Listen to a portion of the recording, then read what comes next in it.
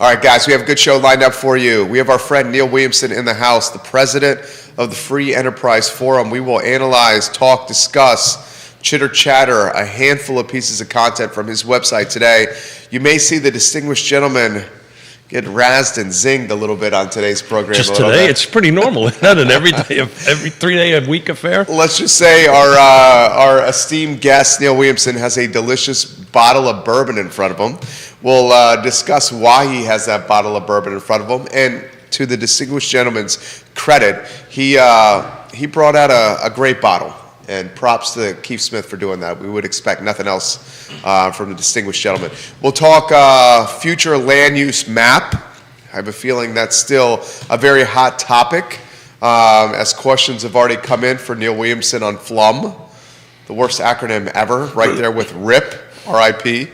Judah Wickhauer is our director, my friend. We can go rock and roll when you're ready.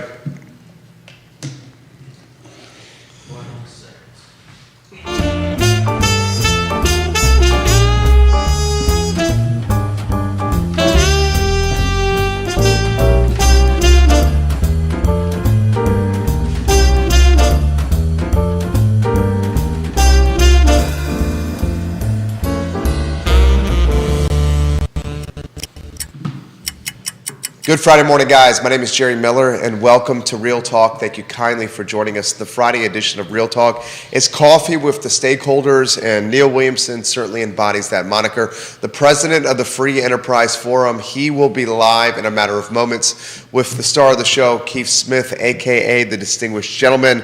Of course, Real Talk is powered by Segura Solar. Segura Solar, absolutely a power and solar company you can count on. Segura Solar, I believe, is the solar behind the Keith Smith and Jonas Smith abode. Is that accurate? We're signing docs next week. There you go, Segura Solar, guys. Thank you for those partners for being a part of the show. Judah Wickhauer is our director. Why don't we go to the studio camera and Keith? I have a feeling you're getting zinged right now. Well, I'm just going to say thank you to Shenandoah Joe for the coffee today. Yeah, thank you, Dave Fafara. For being a sponsor, because I think I'm going to need a little extra coffee today for what's about ready to happen. Neil Williamson, you see on the show right now, and Neil, you got a Yeti cup, you got some delicious Java from Shenandoah Joe's, and a fine bottle of bourbon, my friend. I am happy to walk in today to the studio and have this lovely bottle to greet me. Still sealed, and it will be a treat to enjoy over the holidays, thanks to the distinguished gentleman and his erroneous targeting for picks. Yeah, a prop bet. So Neil Williamson won a prop bet that was executed here on set of Real Talk, and this prop bet was essentially associated with the future land use map. Neil Williamson read the tea leaves correctly. My friend, my dear friend, Keith Smith did not read the tea leaves correctly. And as a result, this bottle of bourbon is Neil Williamson and the Williamson clans to enjoy. Well, and to be fair, it could have gone a different way. I was close. You were only off by a month. But, a month is a month is a month. And they really didn't even take it to a second public. It wasn't really that close because they have another meeting. But the FLUM was approved after, I believe it was 70 speakers at the public hearing. That's right. And the future land use map is complicated. Implementation of the zoning ordinance will be even more complicated. But I will say that I am not surprised that this city council wanted to have something as a legacy piece for getting something done. Bingo. I think that's exactly right. Ray Cadell, welcome to the show. Nicholas Erpy, welcome to the show. Folks at Avenue, welcome to the show. Keith, the legacy piece, that's why I thought the bet was a little bit precarious. You had two counselors exiting, one meeting left for each of them, and one of the two, this is undoubtedly an aspect of her legacy. And of course, I'm talking about the mayor. So, I'm gladly lost the bet, right? It needed to get done. It got done. I gladly lost it. I gladly won. I'm really surprised that Neil didn't work some magic in the back somewhere, so this would go to the 11th hour of the 11th moment, and then at the last second I would go, "Ooh, I lost." But no, look, it's a bet's a bet, man, and I called it wrong. You called it right. Well, I'm happy that it worked out this way. That way I have spirits for Thanksgiving. Do we want to do a double or nothing later on? Oh, what are you going to do the double or nothing on? We'll see how the show goes. Another prop bet. Somewhere Yona's like cringing right now. Yeah, Yona's like, really? Yona's cringing somewhere right now. So let's get Sir Neil's take on the future land use map. You predicted this would happen. We have a long road ahead of us. What's your take on the early stage of where we're at with all this? Well, let me first say that the future land use map is not perfect, but it is progress. There are certain pieces of it that are better defined now through the coordination of the Planning Commission with regard to the sensitive areas, only dealing with the residential portion that are in those sensitive areas, and how that's going to play out of being careful and trying to manage asset appreciation and control gentrification. It's kind of a slippery kind of balance. Very slippery. And as a property rights guy, I worry about that. That being said, it is important to recognize the history of zoning is wrapped in the history of this country. And the racist zoning policies are very real. How we unwind that is the challenge before the community. And I believe this particular map goes toward unwinding some of those issues and allows for economic vitality along the corridors, especially increasing heights in specific areas. I think it could have gone further, of course. I'm a big believer that if you're going to be a world-class city, you probably should have more of your city taller rather than 4 stories, but that's me. I think that increasing height significantly increases housing inventory and in turn increases housing affordability. So exclusionary zoning, that's what we're talking about, right? This really did not happen in the city to the late, I think it's 68 or 69 is when actually zoning came in place. Do I have that close? That's close, Yeah. but there were significant deed restrictions. Correct. In various neighborhoods Correct. that live on today. Correct. State legislators have been working for the last 5 years trying to figure out the right way to get them off the deed because it is history and it is part of that property's history. It is unfortunate and it is wrong, but it is history. So, but let's talk about that for a second, because most folks that may not know that. So what Neil is referring to is there's covenants and restrictions. These have been attached to the land, and they were done a long time ago. And some of them live on for a very long time. Some of them even live on forever. And some of them, have very, very blatant racist, a certain class of person is not allowed to live in that neighborhood. And, zoning, I think at some point was trying to help fix that, or maybe not. But the reality of it is the state is going to have to tackle that in order to do that, because it just doesn't go away, right? Right, and the state, as I say, for 5 years has been working on a solution to that doesn't, because the question becomes one of maintaining the integrity of the deeds. So we can't erase the fact that in 1926, developments were advertised as White only. White only. Yeah. That's history. It's not proper. Yeah. It's certainly not the lens we have today, but that is accurate history. So Neil, we were talking about this, Jerry and I think it was our Tuesday show. We can get into process a little bit later, but with the new comprehensive plan, what is this really going to increase the density? What is the potential growth in the city for that? Is this really That's what everyone's freaking out about. That's the essence of the freak out right there. Yeah, and that's what I'm trying to dive a little bit into. Right. Well, one of the things to recognize when you're talking about land use is that in this case, it's permissive. Mm-hmm. People say, well, they've eliminated single-family residential. The reality is they haven't eliminated anything. Right. Yeah. Those houses can still be there. If the owners wish to keep them there in that use, that's fine. It's not a non-conforming use to have a single-family residential. But you could, if you got to the point where you wanted to. If when the Millers have someone off to college, there may be an extra bedroom, and they can rent that extra bedroom with a bath out to someone, and that effectively becomes a granny flat or an affordable unit that's available within the same building.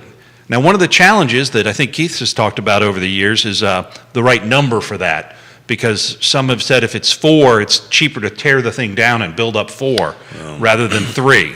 But in every case I've studied, it has been an evolution, not a revolution. And property owners change the use of their property in sequence or as properties change hands. That being said, I believe that I have a good friend who has 5 children under the age of 10. If he moved next door to me, it would have more impact than having a duplex or triplex next door. So I need to stop you right there. You need to give that bourbon to him. Yeah, good Lord. It's terrifying. I think I'd repurpose that, re-gift that thing. So it's important. You said something that I had a conversation with a couple of folks over the last couple of days since our Tuesday show. Folks will call and text and all this stuff, and the comment always is they are banning single-family detached. And that is not the case. They're just making they're just making land more opportunistic. So what they're doing is they're increasing the by right ability. Yeah. Right. Is that correct? They're increasing the flexibility There you go. of the density on a parcel beyond single family. But there's some, let's just get to the numbers end of it. There's some folks that think this is going to be tens of thousands or I just don't see that. It's either that or the gentrification piece, that the land becomes more valuable. And as the land becomes more valuable, folks on fixed income or that are living financially on the margin are going to be pushed out. Because a developer or a well-heeled investor or speculator may be more interested in speculation. Sure. Now, because of the opportunistic nature of what's happening. But nothing happens without what? Zoning. A willing property owner. Oh, yeah. Willing property owner. So if a property owner may become willing because the Taxes value, go up. right, the value of the Yeah. property goes up and the taxes go up. That's absolutely a viable thing to have happen. That property owner may find that they can put a partition wall and a separate entrance in, and they can rent half their property for the price of the mortgage, and they can live for basically free.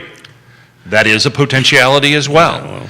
Every property owner has to make their own decisions based upon what's best for them, their family, and their financial situation. So are you buying the gentrification argument? Are you not buying that? Or are you buying it? I'm concerned about it, but I'm more concerned about government controlling the market. So when I hear about sensitive areas and worries about what we're going to allow one place and not another, I have the hairs on the back of my neck stand up, because I've seen what happens when governments fully control markets, and it's not good.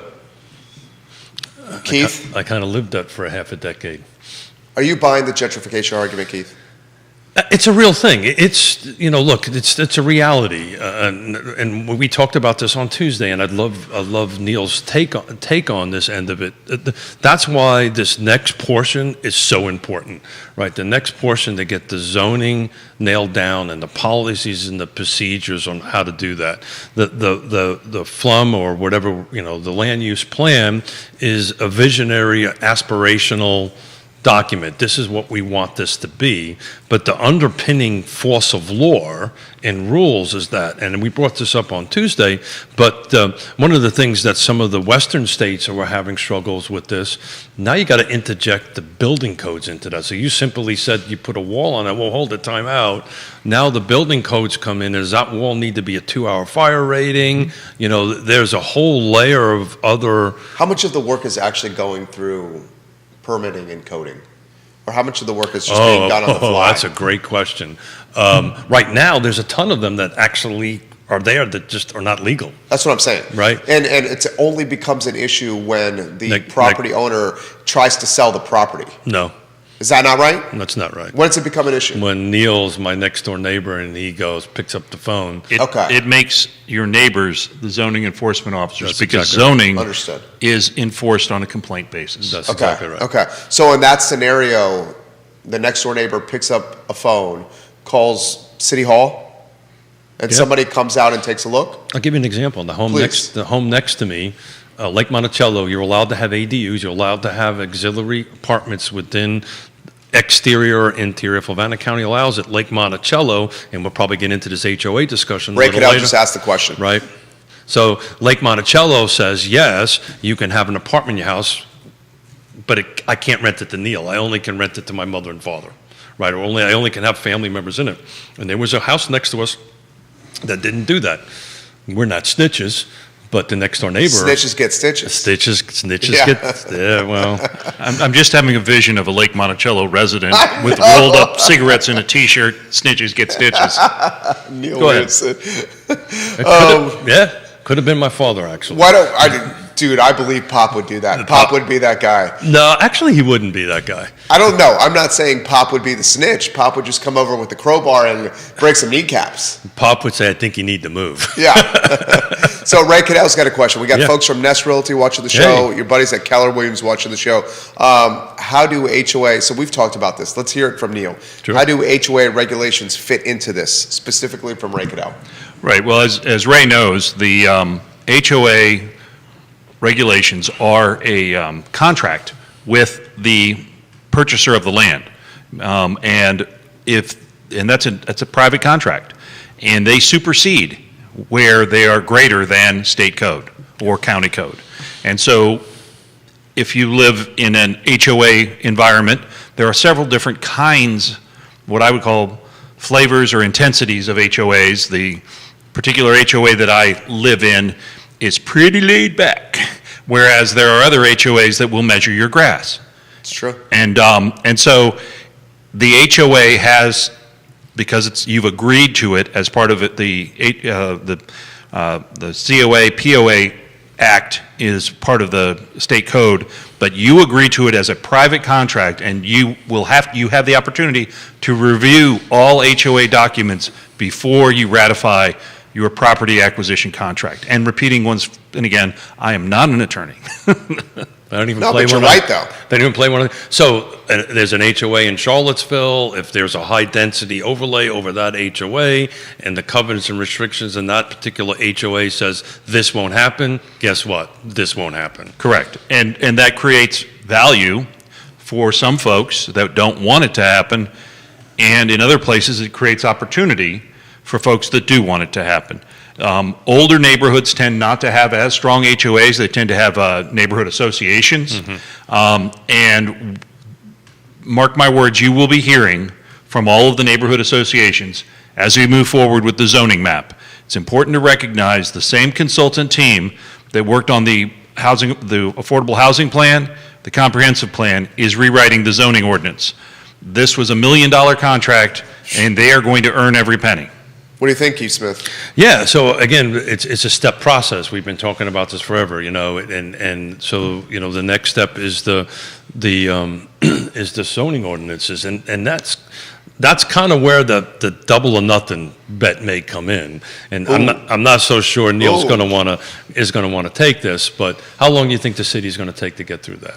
You do not have an election as a trigger Stop. point, so I fully anticipate it will be in excess of 18 months, Okay. but it will likely be less than 24 months. So And I you're don't saying- remember what the contract was with the consultant. So then it sounds like we have an over-under. And the over-under would be the city council election of 2023, when councilors McGill, Payne, and Snook are up for re-election. Yeah.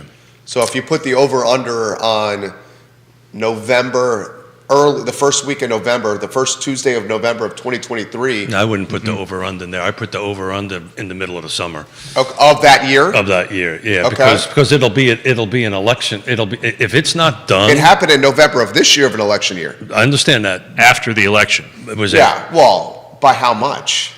you only have so much time left in their A term. few days after the election. But it wasn't a campaign issue, though. Really? Was it that much of a campaign issue? I'd say it was a campaign issue. Wouldn't you say it was a campaign issue? I would say that it has been. It would have been more of a campaign issue if Walker had stayed in the election. Sean Tubbs and I conducted 2 different candidate interviews, and I would say a third of our questions revolved around the flum Okay.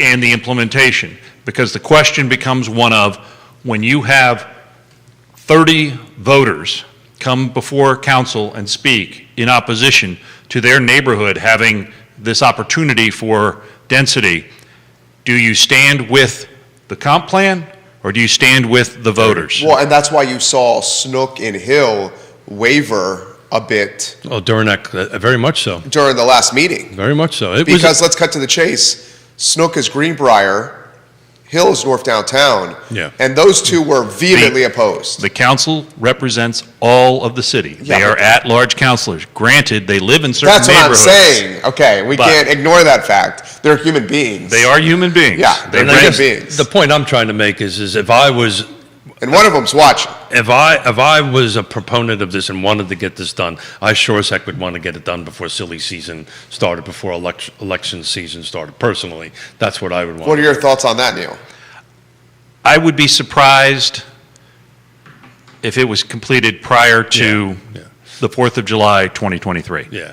You would be surprised if it was completed before that. Yes. Yeah. Wow. Smith, you want to put a bet on that? I mean, that's No, a 'cause long ass bet right there. But Yeah, still. but it's okay. We'll be here for a while. Yeah. The you have a hard stop at 11:30. well, that one we have a hard time. But I Okay. mean, we're gonna The show. unless The show. unless we just got fired. No, you didn't get fired. But You got renewed, in fact. I renewed. I just Yeah. got renewed. Great. But unfortunately, there's not a bet here because we're on the same page, right? Yeah. I think this is a 24-month process, right? And then I think after that 24-month process goes on, then there's going to be this whole length of time, how to figure out how to actually implement it from a bureaucratic, from a regulatory. Let me give you one other potentiality. The I other love that word. The other potentiality is that they exceed the scope of the consultant contract. Oh. And when that ends, that creates the trigger point for the decision. Huh. That would be a choice of either extending the contract, Which I think would happen. which I think would happen. Yeah. Or keeping to the schedule. Now, this consultant's been pretty good on their schedule in challenging times. So Charlottesville's track record is contract extension. Charlottesville's track record is Contract extension. He's choosing his words carefully right now.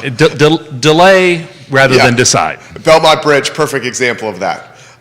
Speaking of which, I needed to come a different way today. That Belmont Bridge is moving along. We've been dealing with the Belmont Bridge for it seems like decades. Yes. Very much so. So do you want to settle the over-under at 2 years? I don't think I know enough to be settling yet. We don't have a new council seated yet. I think we need to see the organizational dynamics of the new council and see how they work together or not. And I think that will have a great impact on where I would come down on the timing of it. So I mean, from what I'm looking at as organizational dynamics, he basically means voting blocks. Yeah, there you is go. what he's basically saying right there. The voting blocks I'm seeing, unless you guys disagree, are Snook, Pinkston, pretty identical. Payne, and Payne's kind of on an island with this council. I'll cut to the chase. And then McGill and Wade kind of in the middle, with Wade leaning more toward the Pinkston Snook side of things. Well, remembering that we're a nonpartisan organization, Sure. and this is a discussion for how things get done, I firmly believe the new council wants to be different than the current council. No doubt. And I think that they will be. I am, by my nature, an optimistic person. Me too. And I believe that everyone who runs for public office does so for the betterment of the community. And figuring out how to work together as 5 councilors is critically important to the city. So I brought up time That's fair. for a reason, because love to hear your thoughts on, will Albemarle County actually beat City of Charlottesville to actually getting this done? Because Albemarle County's moving in this direction, right? It's in its middle. Good question. It's in the middle of its comprehensive plan. No, it's not. Oh, it's not, okay. Albemarle County is not even at the beginning of their comprehensive plan. They interviewed consultants 2.5 weeks ago to help them with their comprehensive plan. the board endorsed the idea of going forward with a comprehensive plan revision. I think that was last week. That is probably closest to the ceremonial first pitch. We're not even in the first inning. Got it. Of this, and so, no.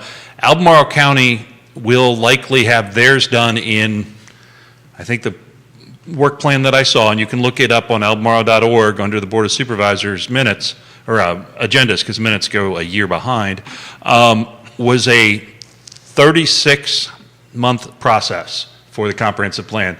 They are very much want to make certain that there's citizen engagement. There is a work plan to accomplish that. And it is a long-term project. So this is why we call this Coffee with the Experts. Stakeholders. Stakeholders. He's a Excuse stakeholder. stakeholders. Sorry, Stakeholders is a better word. stakeholders. There you Yeah, go. coffee with the stakeholders. Stakeholders. He's the president of the Free Enterprise Forum. So you're So- basically saying that 2023 election for Albemarle County is going to be pretty big. I believe that we will have competitive races. That would be nice. You think so? No problem, no concerns with people who ran this time and ran unopposed. I am a big believer in competitive races. Competitive races make better elected officials. I've seen uncontested elections over my career, and it's not that they're bad, it's just you aren't sharpening the saw. You're not having your ideas tested with the community. And I will say that I have a huge amount of respect for everyone that's in office that was elected this time around. Yeah. That being said, I like to have a little more time, and I think the coffee with the candidates that you guys did was great, because there really wasn't a reason the candidates had to get out. As long as their significant other voted for them, they won.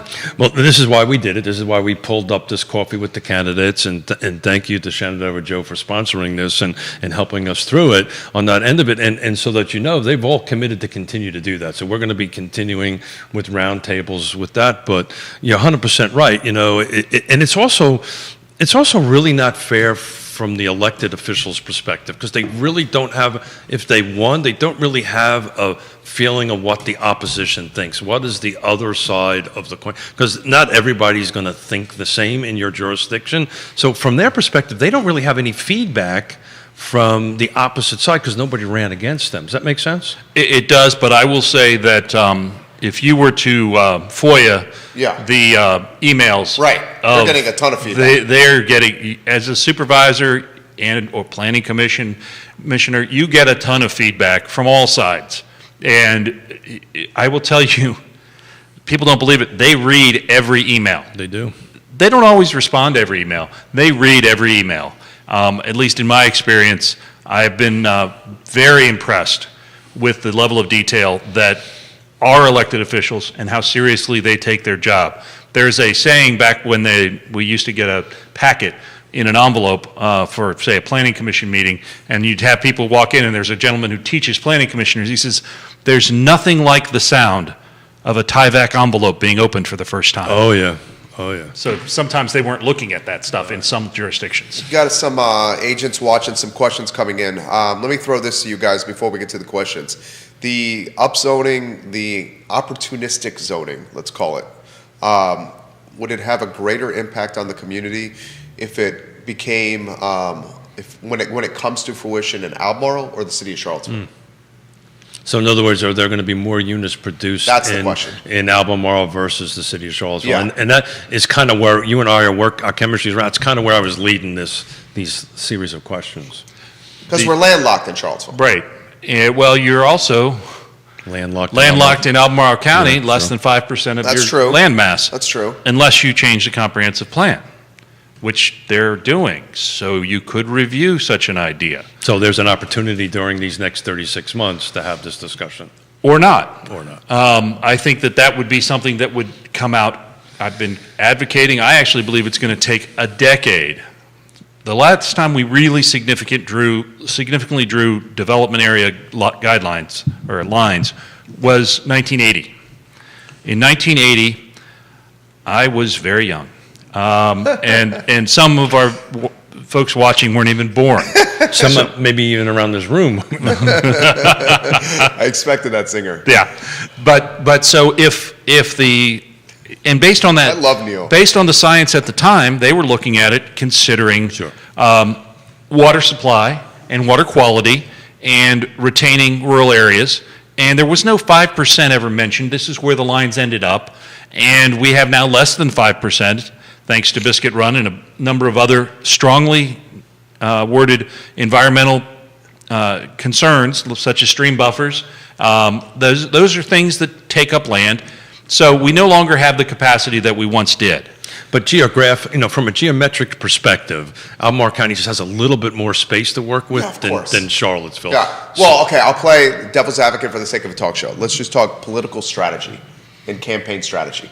In 2023, there's going to be 3 seats up for election. You got the Rivanna District with B, you got Ann with the Whitehall District, and you got Supervisor Price with the Scottsville District.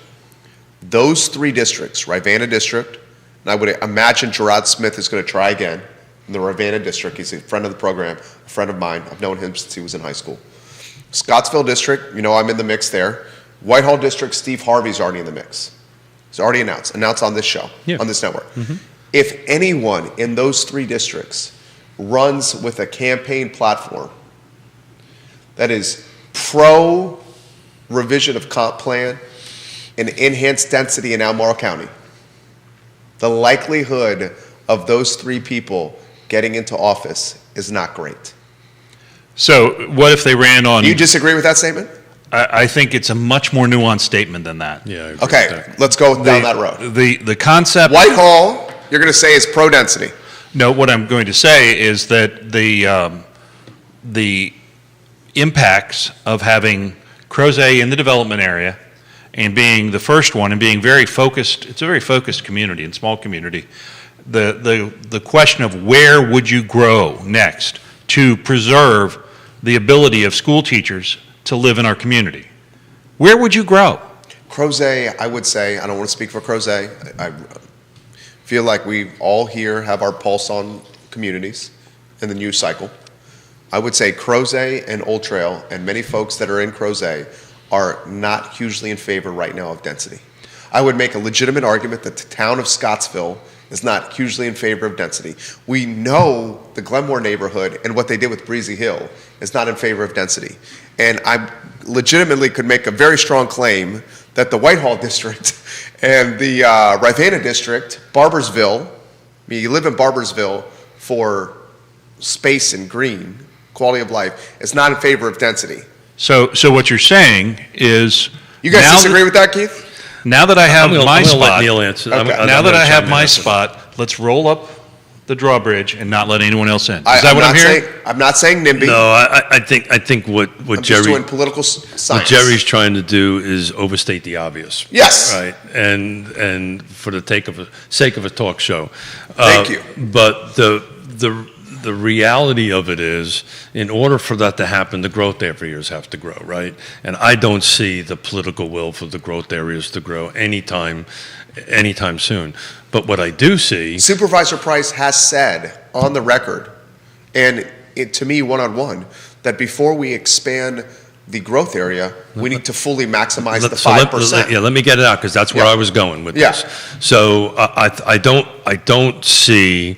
And I may be wrong, and those on this table know I tend to communicate on a regular basis with the elected officials on this stuff. I don't see the growth of the growth area. I do see growth within the growth areas. Within the 5%. So I want to stop using the word 5% for the sake of this comment at the point. There are growth areas designated within Albemarle County. There are growth areas designated within Fluvanna County. There are growth areas designated within each one of the jurisdictions. By state law. By state law. That's thank you, Neil. So that's the next thing that people need to understand. They're required to do this. Right. There is a requirement to do it. Now, how much it grows and what it is and all this kind of great stuff is for internal debate or local debate. By state law, they've got to have it. And when that state law passed, we advocated for the urban growth boundary to have capacity for the projected growth for the next 20 years. And that didn't get into the law. So the question It should have gotten into the law. So my question goes back to where I was out before is, okay, Flum is approved. under 2 years, we're going to have new zoning ordinances structured in the city of Charlottesville, where 36 to 48 to possibly 5 or 6 years out, if Neil's math is right, or my math is right from Neil's comment, for Albemarle County, where is this growth going to happen? Right, and how much and where? Does that make sense? And what kind of growth will it be? Right, and let's change the paradigm. Okay. I'm trying desperately to look at things differently these days, and try and look with new eyes. So I've seen and heard people talk about redevelopment of sites before. I remember about 15 years ago when Fifth Street was proposed, the Fifth Street station was proposed. Harrison Rue was very upset that there were not apartments. Harrison Rue was the TJPDC executive director at the time. There were not apartments on top of the big box stores. The reality is those big box stores couldn't achieve financing if there were apartments above them. So Why is that? Because commercial loans and residential loans don't play well together.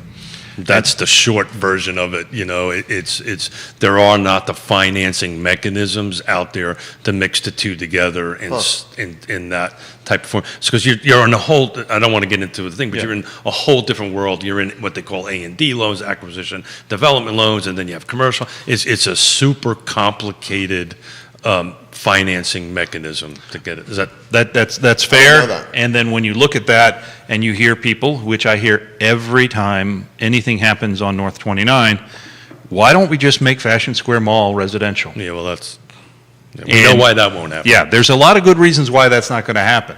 But there are opportunity sites that could be revisioned if, what do you need to have?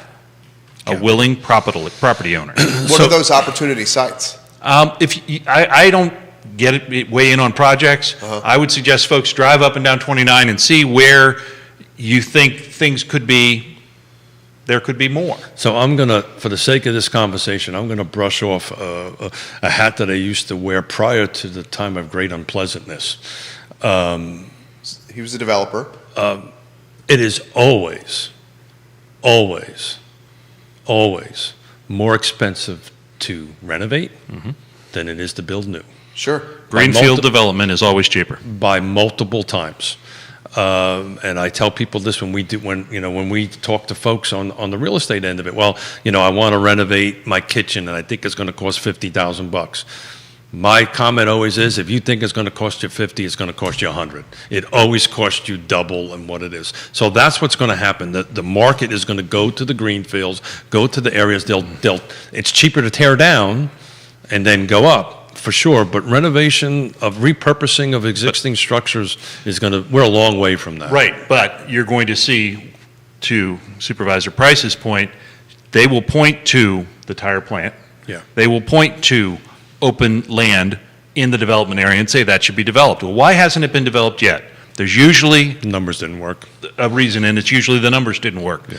So if you force the development that's going to come into areas where it's expensive to develop, what happens to the price of housing? It goes up.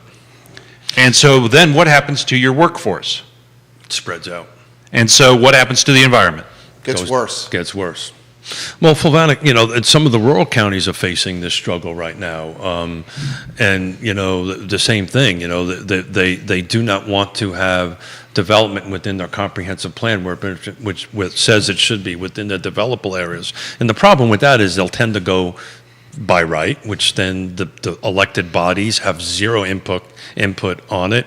But what's even worse than that, the by right subdivisions start growing into the rural area, which was the whole thing everybody doesn't want to do, right? So in Albemarle County is a little bit different because the by right subdivision in a rural area is pretty restrictive. But some of the other jurisdictions, they're not. I mean, you can put, in Flavana County, for instance, you can take 100 acres and put 75 homes on it and by right in a cluster development. Yeah, you can. And the other thing to recognize, that creates what's called leapfrog development. That's exactly right. And so, Albemarle County can sit back and say, we're standing strong on preserving our rural area, but you've created 1,000 units just over the Albemarle County line in Ruckersville. Yeah. Kelsey Sherling has a question for Neil.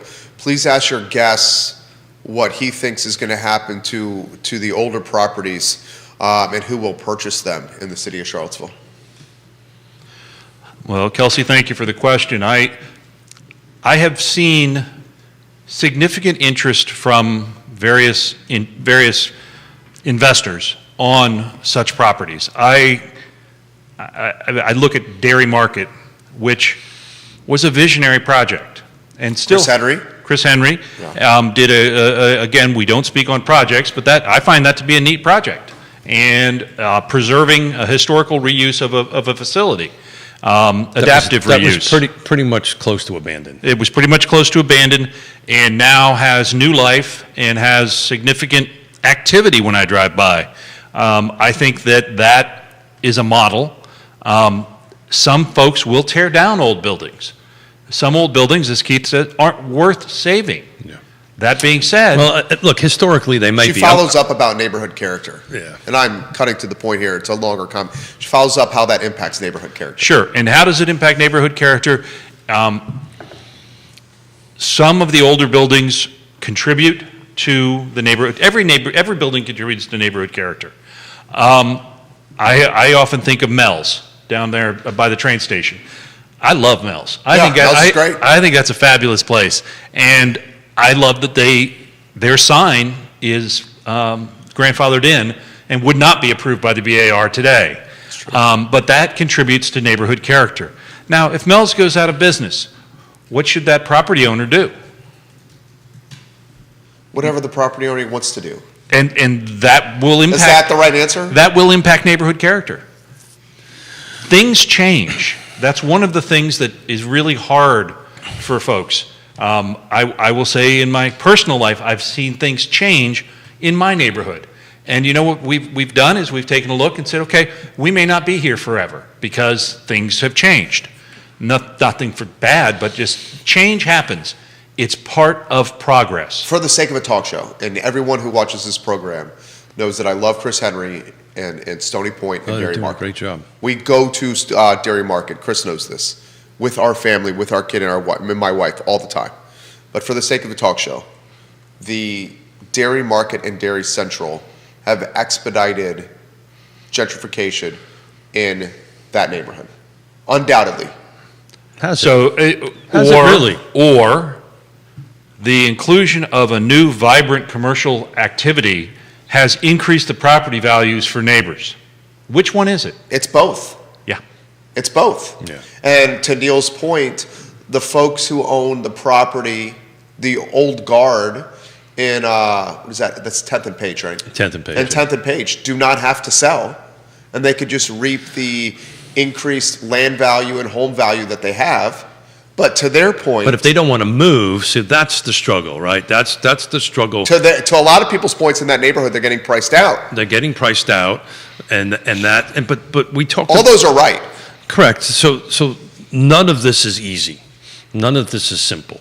Most of this, what we're talking about, is very complicated. This is why there's these long, protracted processes that involve public comment on that stuff. But we talked about this on Tuesday. One of the things I think the city's going to have to look at is start increasing its tax program where it can help retirees or people under a certain income thing to stay in their neighborhood, not forcing them to sell. Dave Norris and I were talking about this down in Norfolk a couple of weeks ago. So this is why this process is going to take a long time, because they're going to have to look at this impact on it.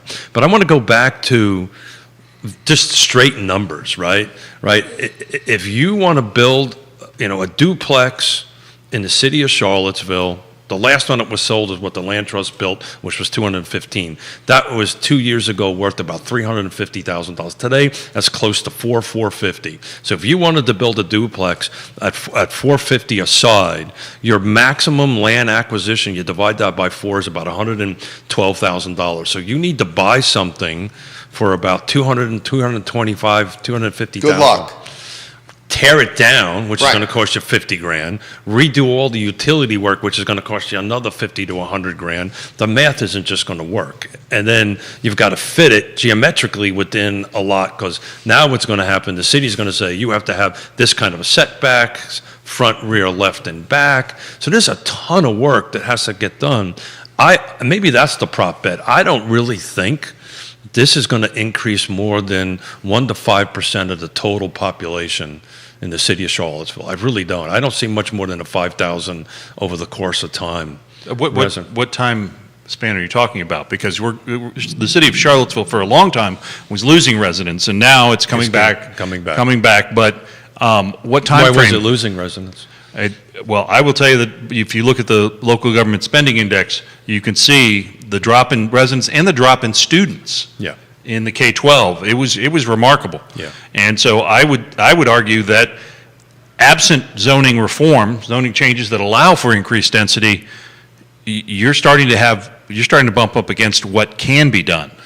And part of that big change is people my age and up coming back without the children, and you don't have the impact on the school system because they've got the dollars. They sell it in Northern Virginia and they come back. Right, and then you end up with a community that homogenous. That my father described Santa Barbara, California, as about 20 years ago.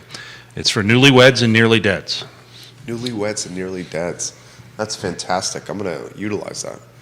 Newlyweds and newly deads. Nearly deads. If you're newly dead, you can't. You're dead. This sounds like a Monty Python skit. There's got to be a Monty Python skit. He's very good in this setting. Neil is very good.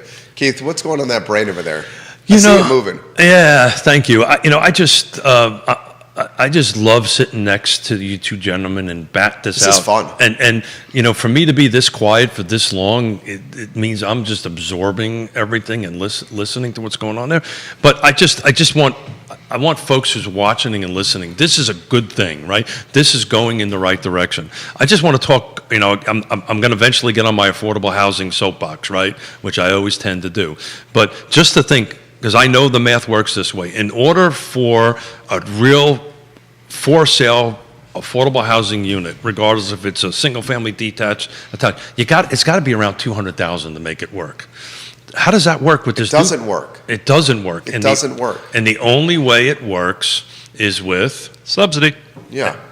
And substantial subsidies. And when we have this conversation about the rezoning and changing this within the city, you also have to have this conversation about, okay, how are we going to subsidize this so that this $450,000 duplex actually can be sold for $200,000 and keep our workers and keep our wonderful citizens that help serve us in the community. That's a huge struggle. Don't know how to get there. Well, I'm a big believer in Keith's stolen silver buckshot. Robert Did I Liberty. really steal that? You did. Really? Robert Liberty. Yeah. Keith didn't think of it first. But the idea that, one of the things that we've talked about in Albemarle County is, what if Albemarle County, for every affordable unit constructed, paid the tap fees? Now, is that going to make the unit affordable? No. But does it make it more affordable? Yes. I mean, how much are we talking there? $20,000. Yeah. But I mean, if you layer it with the other things, because every one of these deals that I've seen work has multiple layers of silver buckshot to make it happen. Wouldn't it be easier to, you guys taught me this, I learned so much from you guys, wouldn't it be easier to just take down that 24% of red tape from new construction and bring it down in the neighborhood of like 15%, 14%? So that percentage is really, it's a great, and it's aspirational, I get all this stuff. What matters is the subsidy, and what matters is the math. So I'll give a prime example. Spring Hill Village, Land Trust, I'm the chair of it, right? Proffer was set up, yada, yada, yada. They're being sold for $243. Let them know where that is. That's it, in Albemarle County, on the corner of, what is it? South 20. South of 20. I'm just a chairman. I don't know. I just play a chairman on TV. But the point I'm trying to make is we're struggling trying to sell them because the delta of the two-third, 243, and how much they have to make is so razor thin, we're having a hard... Explain that. Yeah. So the sales price is $243 because the proffer says that's what it needs to be. Stanley Martin has built it and done it. But in order to make enough money to qualify that and not exceed the 80% AMI on that end of it, the delta is razor thin. And this is in taxes is important. So we were able, we hit a wall, right? I went out and found another $20,000 and was able to put a little bit to a couple of years. $5,000 Made a huge impact. huge difference. 6 people spit out of the sales funnel over 5,000 that got stuck in it. So subsidies matters. Every one of these little silver pellets, excuse me. Thank you, Mr. Liberty. I apologize. Matters. So don't think $500 or $2,000 or $1,000 doesn't matter. It does. We had a family kick out over $5. Was making $5 more than what they had to. $5, guys. That seems ridiculous. $5. The price of this freaking cup of coffee kicked a family of 3 out of buying a home. Well, before we passionate. Before we get too far afield, I do want to bring up another issue with housing affordability, which is time to get things done. Oh, yeah. Last Friday morning, I received an email that indicated that there were over 300 residential and commercial permits sitting in Albemarle County's plan review queue. So these were permits that were accepted but not yet entered. So they're not even being looked at yet. 300. So I made an application, gave a set of blueprints, filled out the application, paid my fee. Paid your fee. Paid my fee. And how long am I waiting now? In Albemarle County, it is taking 4 months to get a building permit. Keith, how long should a building permit take? 2 weeks. 2 weeks? I know localities that are turning around in 2 days. Yeah. It is. But you're missing some time there, by the way. What part of that equation are you missing? The back end. CO takes about a month. CO, that's a different part. Well, no, that's important. It's critically important because I can't move you in until I get to right. CO. But one of the beauties, and I want to compliment Community Development of Albemarle County, has been working with the Blue Ridge Home Builders Association and with me, trying to solve this problem. And they've been very transparent that it's a problem, and it's a huge problem.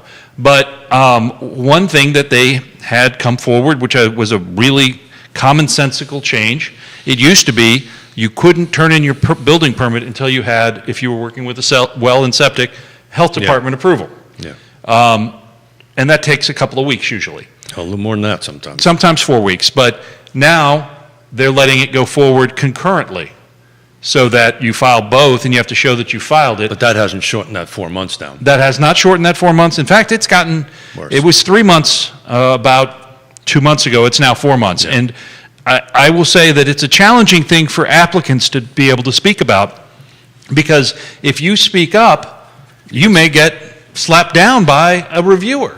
And that's a real problem. So they've come to me and to the Blue Ridge Home Builders and others and said, hey, you need to tell people that this is going on, because you have folks that literally have contracts to purchase, and they are not moving forward on the building permits because they're backlogged. So if you have an opportunity on December 3rd, I've got Virginia Home Builders Association coming in, the local Home Builders Association come in to talk this very topic on December 3rd on, how's the state, because this is not just exclusive to Albemarle County, how the state is looking at this, right? I mean, there's other jurisdictions that have the same struggle on that end of it, but the impact, we talked about this before, 24% of new construction is regulatory. This is part of that cost that's backed into it, because if I'm the developer or the builder, I borrowed the money, I'm paying interest on it. Let's take the developer and builder out of it.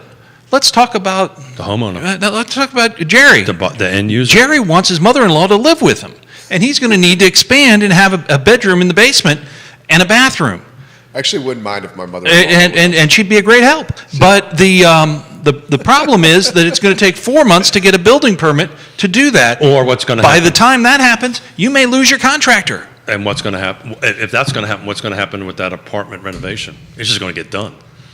Yeah. Without a permit. Without approval. Without a permit. Yeah. Probably not in a strong HOA neighborhood, but yeah, sure. Because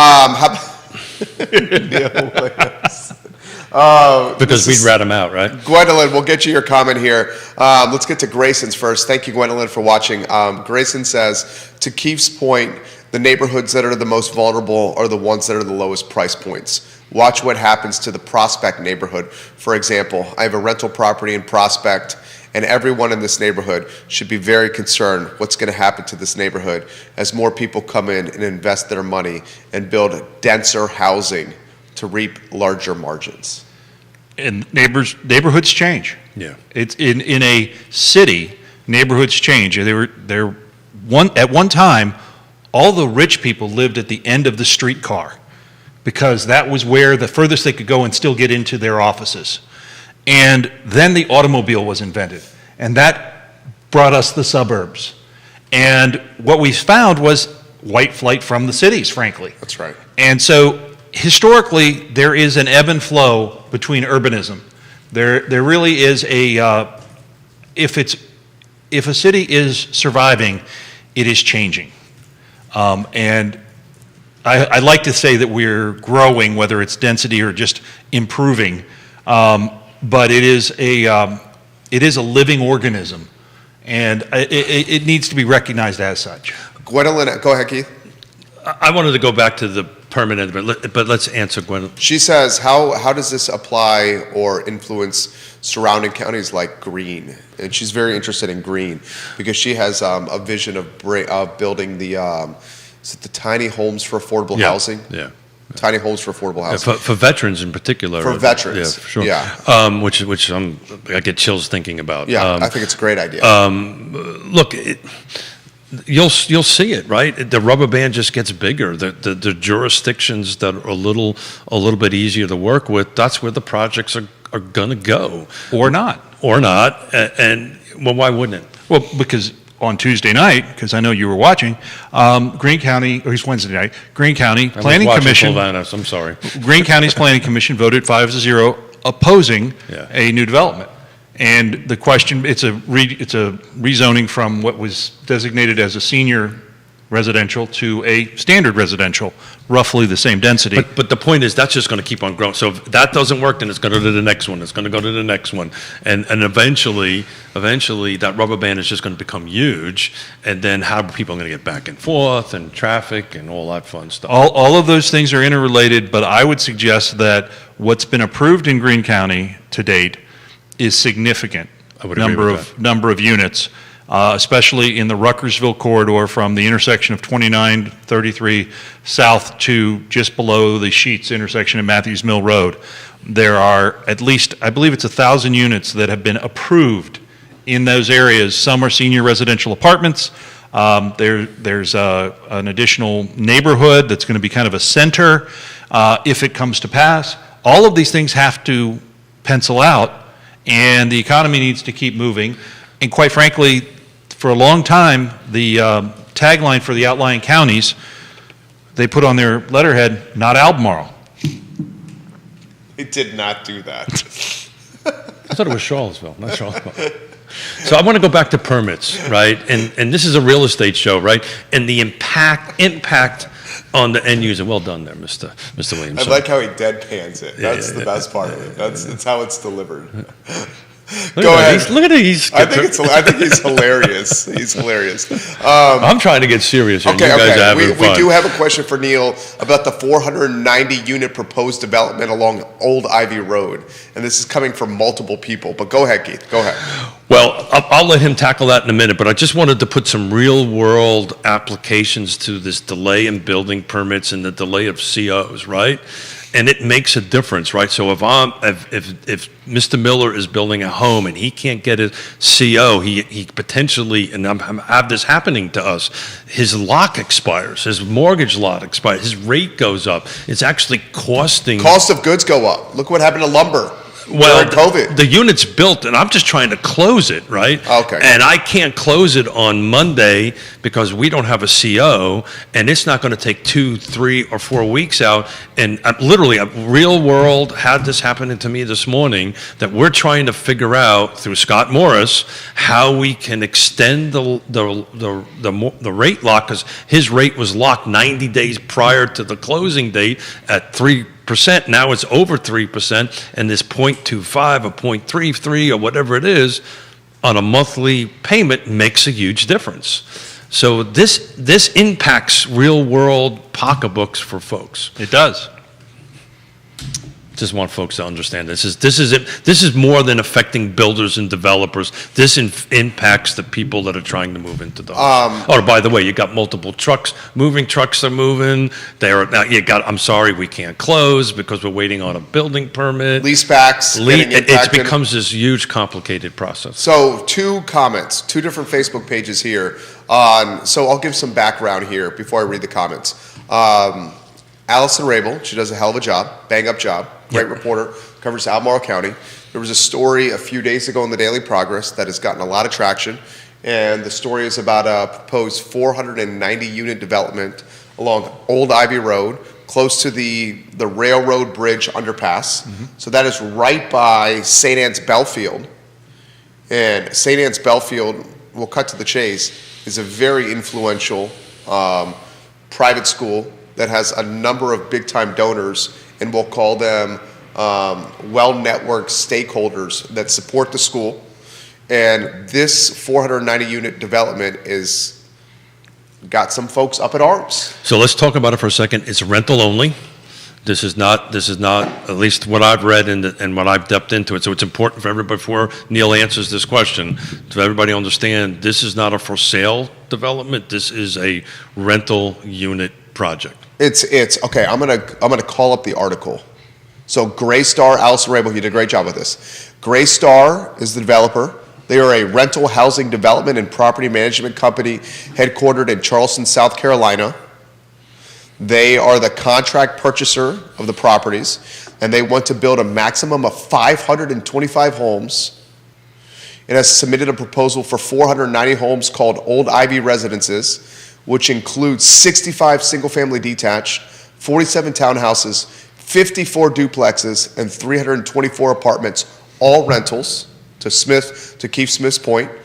I just read the article. It was an excellent article. It was an excellent article. This is almost like, frankly, has this been done to this magnitude in this area of Albemarle? And by the way, look for that to turn into student housing, by the way. They're in that game. Yeah, I know these players. Yeah. This is the game plan. Well, Yeah. But first off, let's back up to why this article happened today, or yesterday, or whenever it was. There was a public meeting, mandated by county code, a public community meeting, I believe it was Monday night, where the applicant presented to the community via a Zoom meeting, thank you, COVID, expressing what they wanted to do. Prior to going to any public hearing, they heard impact from the community, heard about concerns, and generally speaking, back when, prior to the great unpleasantness, when Keith was wearing his other developer hat, the concerns are always focused in a certain 3 or 4 areas. It's students. It's the idea that you're going to generate new K-12 students. You're going to generate traffic impacts and economic impacts. Sure. Those are the 3 you generally hear. Usually also other infrastructure, like water and sewer and stuff. Other like that. infrastructure, but in this case, this is within the jurisdictional area. Sure. And based on I was probably the only public at the Albemarle County Service Authority meeting yesterday. Thank you for doing that. The capacity is there for this. Yeah. And it is a change. We're talking about changes. This is within the development area. It's hard to argue that it's not well situated for services and service delivery. That's fair. You could say Old Ivy Road is a road that's in need of enhancement. No doubt. I believe the applicant spoke to what enhancements they can do on their property to help, but they don't own the other properties. They can't really do off-site improvements, nor would it naturally fit or could be mandated. The concerns are real, and that's what these community meetings help identify. That's what the goal of them are, is to identify those things and mitigate those impacts that the development can, and understand that some of these impacts are going to happen based upon the comprehensive plan. So what's the by right use for that parcel? The by right use, I think it's in there, was like 130 units, I think, something like that. So to be clear, they can do 130 units, pretty much not ask permission. They just have to follow the site plan process to go through that, or what they're proposing. Right, and don't quote me on that, which I've just said in the media, but I mean, I'm sure Allison has the number in the story. I'm trying to find that. But I do believe that there is a That's the by number I right remember. ability. That's the number I remember. It's about that number. Yeah. And It's important to talk about that. It's important to talk about it, but it's also important to talk about, look at this project, and we don't speak in favor or against projects. What have we talked about for years? About a variety of housing product. What does this project bring forward? A variety of projects. A variety of project In the types. rental space, which that's the reason why I pointed that out, that's important, because rentals are going up. Last year was 8.5% nationwide year over year. And some landlords actually bake increases in rent into their contracts. That's Sure. why. So I've heard. Sure. That's true. That's true. Neil Williamson keeping me on my toes here. They just stir it, right? They stir it in. Is that Folks, how that works? there's people that are watching who have not read the article, Sure. and now are surprised about hearing this because they're posting. Charlottesville, Gray Star operates apartments targeted to UVA students, Yep. which include Jefferson Commons, Yep. Wortland Square, the Grand Mark on the corner, and Cavalier Crossing. Now, I can tell you the business plan on this is to target students. Okay. Well, any more insight to offer here? No, I just know this property. I know who's been looking at it for decades, and that is really the thinking behind that. That's kind of what I think they're going to want to do. Is Spencer says on the feed, it's obvious neither of you guys have waited in traffic when school lets out at St. Anne's Belfield. That's a fair comment. Very And it's much fair so. when you talk about Western Albemarle, too. Yeah, 250, Western Albemarle, when Western and Henley let out at the same time. That's also fairly congested, and by fairly I mean significantly. Keith, you want to add to that? No, but this is why what we talk about here is important. Where I don't, obviously Neil's not in favor of the project one way or the other. Neither are any one of us at this table. We're just providing information. It's out there, folks. There's a public process. Neil is 1,000%. All the jurisdictions, by the way, have this what they call neighborhood meetings, right? And so everybody knows what happens is if you're going to develop a piece of property, there's a required neighborhood meeting, and there's letters that are sent some multiple parcels deep, so the adjoining property owners can sit down with whoever the applicant is and have this conversation. Every single jurisdiction, am I wrong? No, you're correct. Every single jurisdiction has that. That's a requirement. That's step number one. The problem is, who knows about it, right? And that's why we're talking about it here. This Yeah, is but why. Let me be clear, the adjacent property owner notification is every locality. Not every locality mandates a community meeting. Many developers do this on their own Of course. because it's good business to identify the issues that are going to come up in the public process. Those things you know earlier, you can adjust and perhaps mitigate those impacts. Spencer adds, there's no way Ivy Road can handle this kind of traffic. I think we're all in agreement, Spencer, that Ivy Road needs to be enhanced. The Safe. question becomes who pays for it, Yeah, right? And how does this work? yeah, exactly. So we're in agreement that it needs to be enhanced.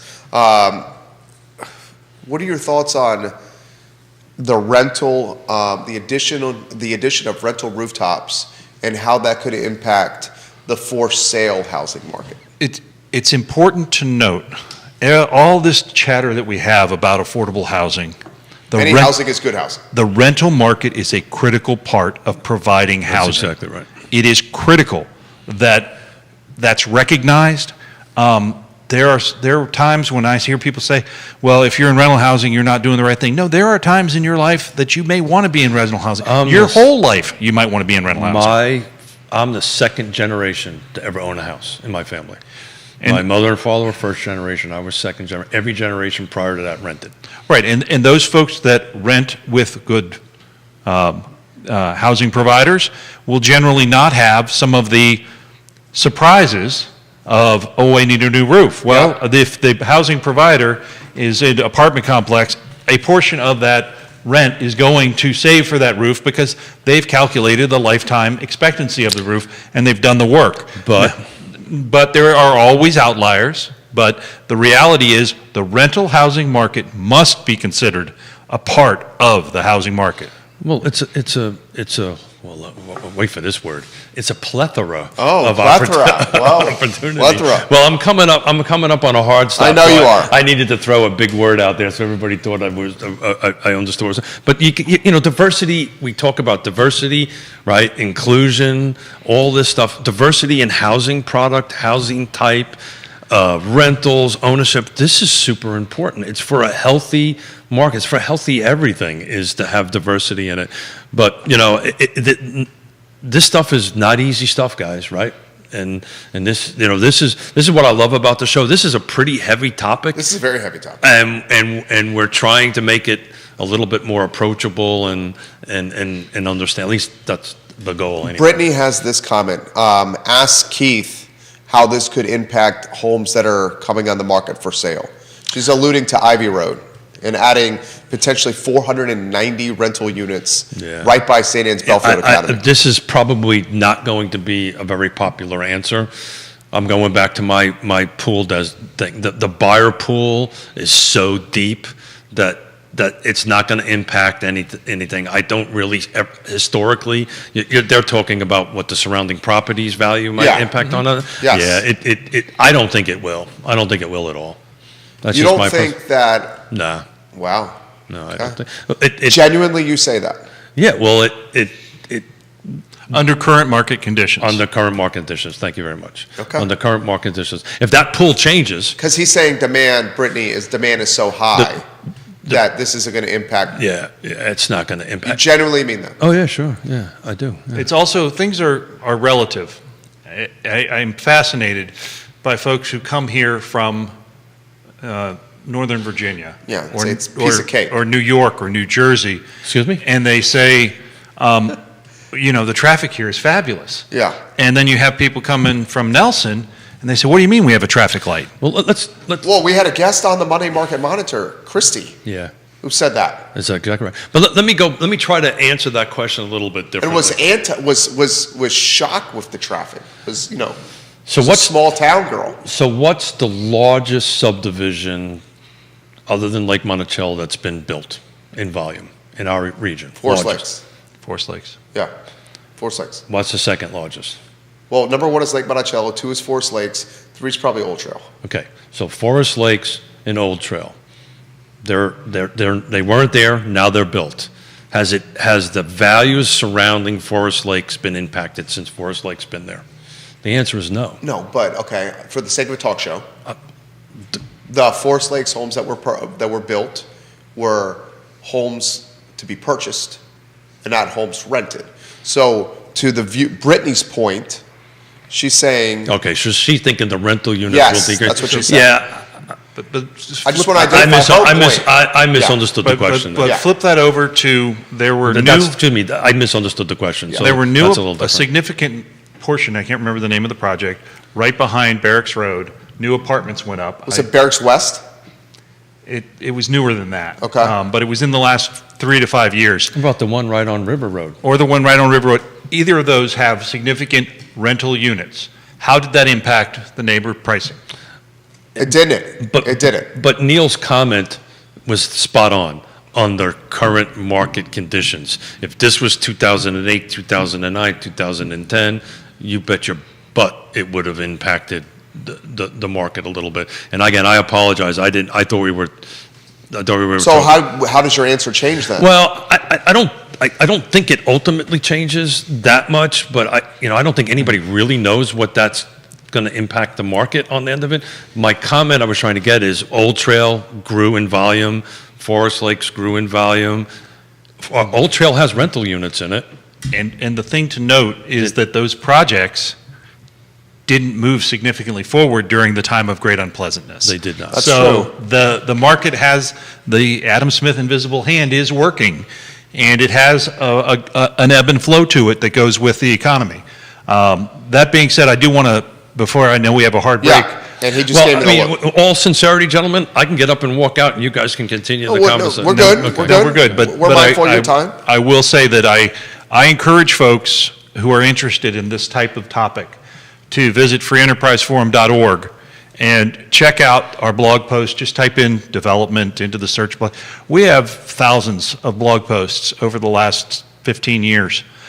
We've been working in this specter, and we are unabashedly pro-business. Don't get me wrong, but we talk about the balancing. And while you're there, you have the opportunity to read one of our new reports, 5 ACEs, which talks about challenges in the ACE program in Albemarle. That's under the reports tab. And you have the opportunity to donate. You can give online, and you can help support this work, because quite frankly, without that level of donor support, this work doesn't happen. I can't be at the Albemarle County Service Authority meeting without donors that support the work of the Free Enterprise Forum. So I'm going to play off of that a little bit. Even if you don't 100% agree with Neil is saying, you should donate anyway because he's providing information for you to help make a decision. He's papering the record. He's papering the record. So this is we'll close on this, and maybe this isn't the best way to close, but it's a great comment. This is from Vanessa Parkhill. Devil's advocate here, if the owner of a rental property is an advocate of affordable housing and their mortgage and expenses are covered by a given rent amount, why do they continue to raise rents to keep up with market rates? He or she has the power to set that rent as they see fit. Sounds like it's okay to change someone else's neighborhood while continuing to allow the market to set the tone for their investment property. I'm all for market-driven approach, but just seems kind of hypocritical. So what's the best way to hedge against inflation? Yeah, own a home. Own a home for 30 years, 30-year mortgage. Something's on Neil's brain right there on that comment. I think that the point is well taken. I will say that it depends upon the housing product and the maintenance that's required of that housing product. Most people who own homes or own investment properties will tell you that it's not just mortgage and interest that goes into the balance sheet for that property. Well, you mentioned it before. You've got to put your ROI away for your roof and your Subs, HVAC. subcontractors, appliances. HVAC, yeah, sure. A lot of times these are loan mechanisms that adjust to market interest rates. Well, that's a very important thing because typically it's not a 30-year fixed. Then it's usually like a 5-year balloon. That's what I'm saying. Yeah, got it. It's rates that adjust to market, which is different than home ownership. We got to go. I got to go because Mrs. Smith is calling me. You got a hard stop. You're awesome. You were awesome. Neil Williamson is awesome. President, Free Enterprise Forum. Thank you, Neil. Yeah, dude, you're awesome. I gladly lost it. Thank you. Yeah, this is, for those that are asking, we'll archive the entire show on iloveseville.com. Support the Free Enterprise Forum. This dude just kills it, Neil Williamson.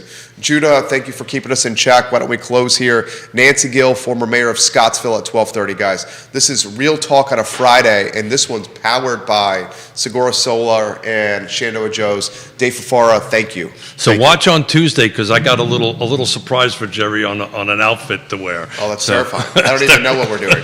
Watch on Tuesday. Take care, guys. Neil, you were awesome. You know, for me to...